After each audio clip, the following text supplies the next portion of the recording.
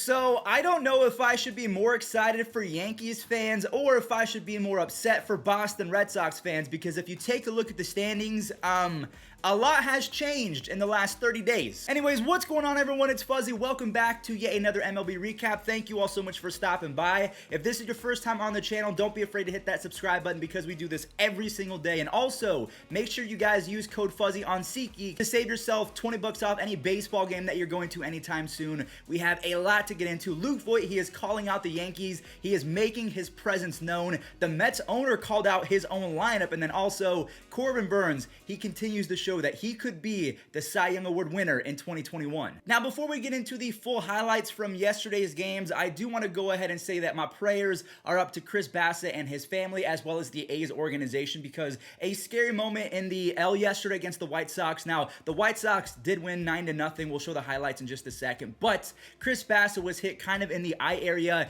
Apparently, he is going to be all right, but unfortunately, he will require facial surgery, and I don't know how long he is going to be out. And in my opinion, he is the best pitcher on the A's, so they are really going to need him, so I'm hoping that he makes a speedy recovery. But like I mentioned, the White Sox, they win big 9-0. Andrew Vaughn drives in 2 RBIs. Jake Lamb, he hits a 3-run shot, and then Jose Abreu is number 1 in RBIs yet again. After this 3-run home run, he is sitting at 89. And Ronaldo Lopez, I just want to mention he is having a comeback season. He was the worst starter the last 2 years, and now he throws 5 shutout innings with only 1 hit allowed. He's allowed 3 earned runs in his first 25 innings to begin the season. He has been sensational. Speaking of sensational, the Red Sox have been anything but that the last couple weeks. They lose a doubleheader yesterday to the New York Yankees. In game number 1, we see Andrew Velazquez driving 2 RBIs early, and then we see Xander Bogaerts fighting back to tie it up, and Vasquez actually gives the Red Sox a lead, but then Luke Voit, he presses circle. He uses contact swing and drives in 2. He hits it directly into no man's land, and Giancarlo was given the green light on a 3-0 count. He drives an RBI on a 116.1 mile per hour single, and then Jonathan Lasagna, he tight ropes in the final inning, but he is able to escape the jam and he picks up a save,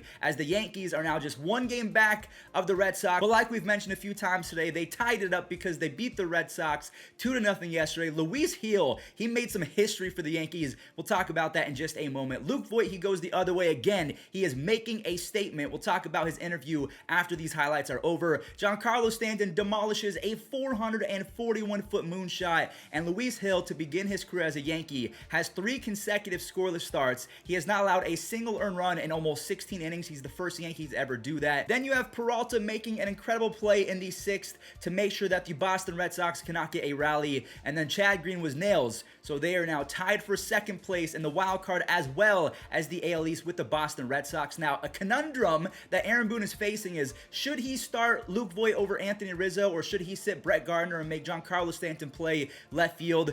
I don't understand why this is an issue. Just put Joey Gallo in center. Look at his highlights right here. Anyways, this is what Luke Voit had to say after the game, after a question was asked of whether or not his playing time is going to be affected by Anthony Rizzo coming back. Yeah, I'm fine. I feel like I'm hitting my stride, after, getting a week's worth of games under me. And, I was top 10 MVP last year, and I've been a great player for this organization for the last 3 years. And, I'm not going down. I want to play. Obviously, I know it's going to be tougher with Rizzo, but, I deserve to play just as much as he does. And, I led the league in home runs last year, and I feel really good again. And obviously, the injury bug is the reason he's here, because of me. But, obviously, I hope Booney can do whatever he can to, try to get me some consistent at-bats. I'm not going to lie. I think that's a perfect answer. He understands that the reason why Anthony Rizzo is in New York is because he has not been able to stay healthy, and now he has to perform. And honestly, I think he's going to. And Brett Gardner, in my opinion, is going to be the odd man out.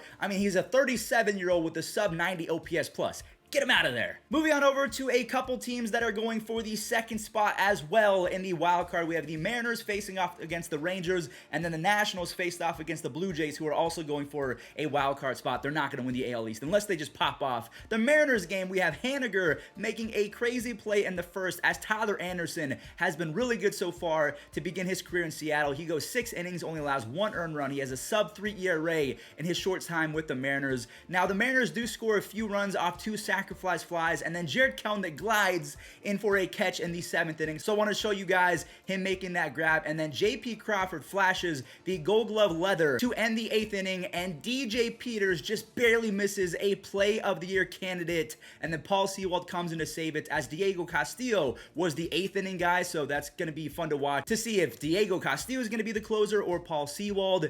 And Miles Straw just made an amazing catch for Cleveland. Talk about that tomorrow, but Seattle is still fighting for that wild card spot. They are 4 games back. And then speaking of 4 games back, the Blue Jays end up 4 games back after they took the L against 33-year-old rookie Yadiel Hernandez. He belts a home run, and then the rest of his Nationals teammates, they were up for 6 runs in the 3rd off Alek Manoah. That was a rough start for him. Riley Adams had 3 hits on the day. This one leaves the yard, but then the Blue Jays, they make it a little bit interesting. They score a bunch to make it 8-6, but then Riley Adams comes in clutch yet again with a 2-run double versus his former team. He came on over in the Brad Hand trade. So there you go. 2 teams fighting for a wild card spot. Let's move on over to a few NL matchups. We have the Braves facing off against the Marlins, and this pitcher's duel was a lot of fun to watch for the first 5 innings.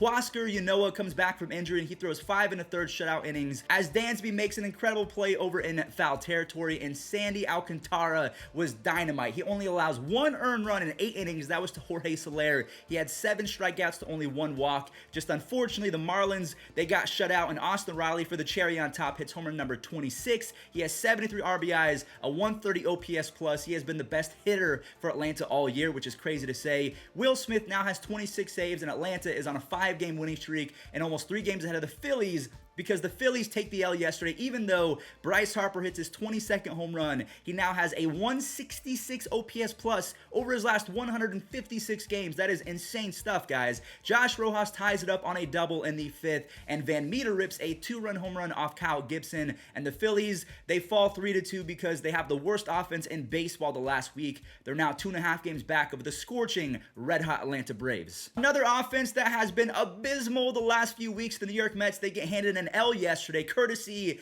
of Tommy La Stella. He has a stellar hit with a 2-run home run, and Marcus Stroman, yes, he takes the L, but he has a Jeter play in the 4th inning, as Evan Longoria, he is back from the IL, and I love it. He has 10 home runs, a 144 OPS plus. Pete Alonso hits a 2-run home run to make it close, but it was to no avail, as the Giants improved to 9-1 over the last 10 games. The Mets have lost 5 in a row. They're now under 500. They're 4.5 games back of first place. And as you guys can tell, the owner of the Mets, Steve Cohen, is wondering to himself, how are these professional hitters so bad? And yeah, he tweeted that.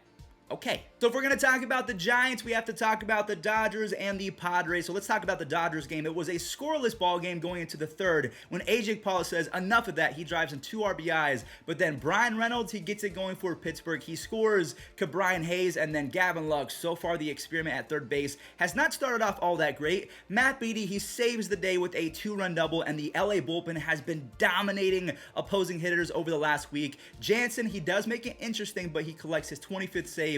And just like the Giants, the Dodgers are 9-1 over the last 10 games. The Rockies versus the Padres. German Marquez, the starting pitcher, drives in an RBI in the 4th. Brendan Rodgers doubles in 1 more right before German does it again. He adds his 2nd RBI in the 6th inning. German was great until Fernando Tatis goes 450 feet. He sparks a rally as his teammate Jake Cronenworth turns in his 2nd inside the park home run of the year. This guy might be the most underrated player in all of baseball. And Tommy Pham goes 486 feet. That was officially the longest home run of 2021. Chuck Nasty and CJ Cron, they team up to quiet down the Padres. They send them to a 2-game losing streak as the Rockies win 7-3. The Angels versus the Tigers. Miggy is still chasing 500, and it's getting a little bit stressful for Tigers fans because they feel like they can't leave their TV screens, otherwise they'll miss it. But Ohtani, he singles, and then Miggy, they were having some fun over at first base. Ohtani steals his 18th bag of the year, and then Brandon Marsh had a big-time game yesterday. The rookies of the Angels had a big-time game. Talk about who else had a big day in just a moment. Juan Lagares robs Miggy in the bottom of the 1st, and Jack Mayfield drives in a big RBI in the 3rd as Detroit comes back to tie it up. Now, both bullpens do their job up until the later innings when Joe Adele has his welcome to the big leagues moment, a grand slam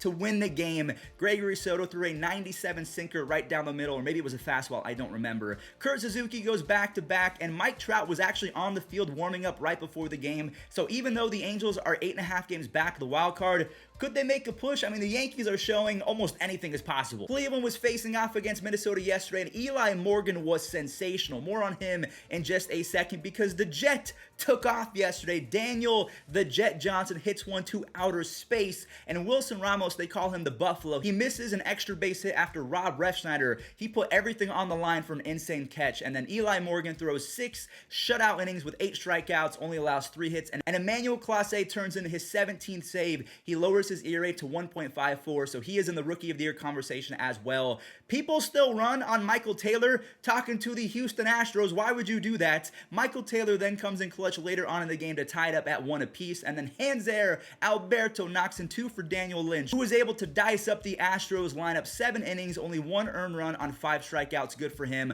Both the Houston Astros and the Oakland A's fall to a 3-game losing streak, so the trend continues. If the A's win, the Astros win. If the A's lose, the Astros lose. The Rays versus the Orioles, only 4,000 people were in attendance. I kind of feel bad for the Rays fan base because that ballpark is just not convenient whatsoever. Manuel Margot gets the party started with an RBI double, and then Mike Zunino smacks a 2-run missile. He has a home run in 5 consecutive games. Nelson with his first Tropicana Field home run. It's a 3-run tater. Brandon Lau doubles in an RBI and then eventually scores on an error from Urias. I don't think it's that easy to play second base, and a pop fly goes 500 feet up in the air with that roof in your way in Tropicana. Cruz does it yet again on a 2-run shot. He's finally looking like the Nelson Cruz. And also, just want to mention, Jorge Mateo is on an 8-game hitting streak, so the Brewers versus the Cardinals. Colton Wong turns St. Louis into a Little League defense, and then Omar Narvaez makes it 2-0 after that Colton Wong little cheesy base hit in the 3rd.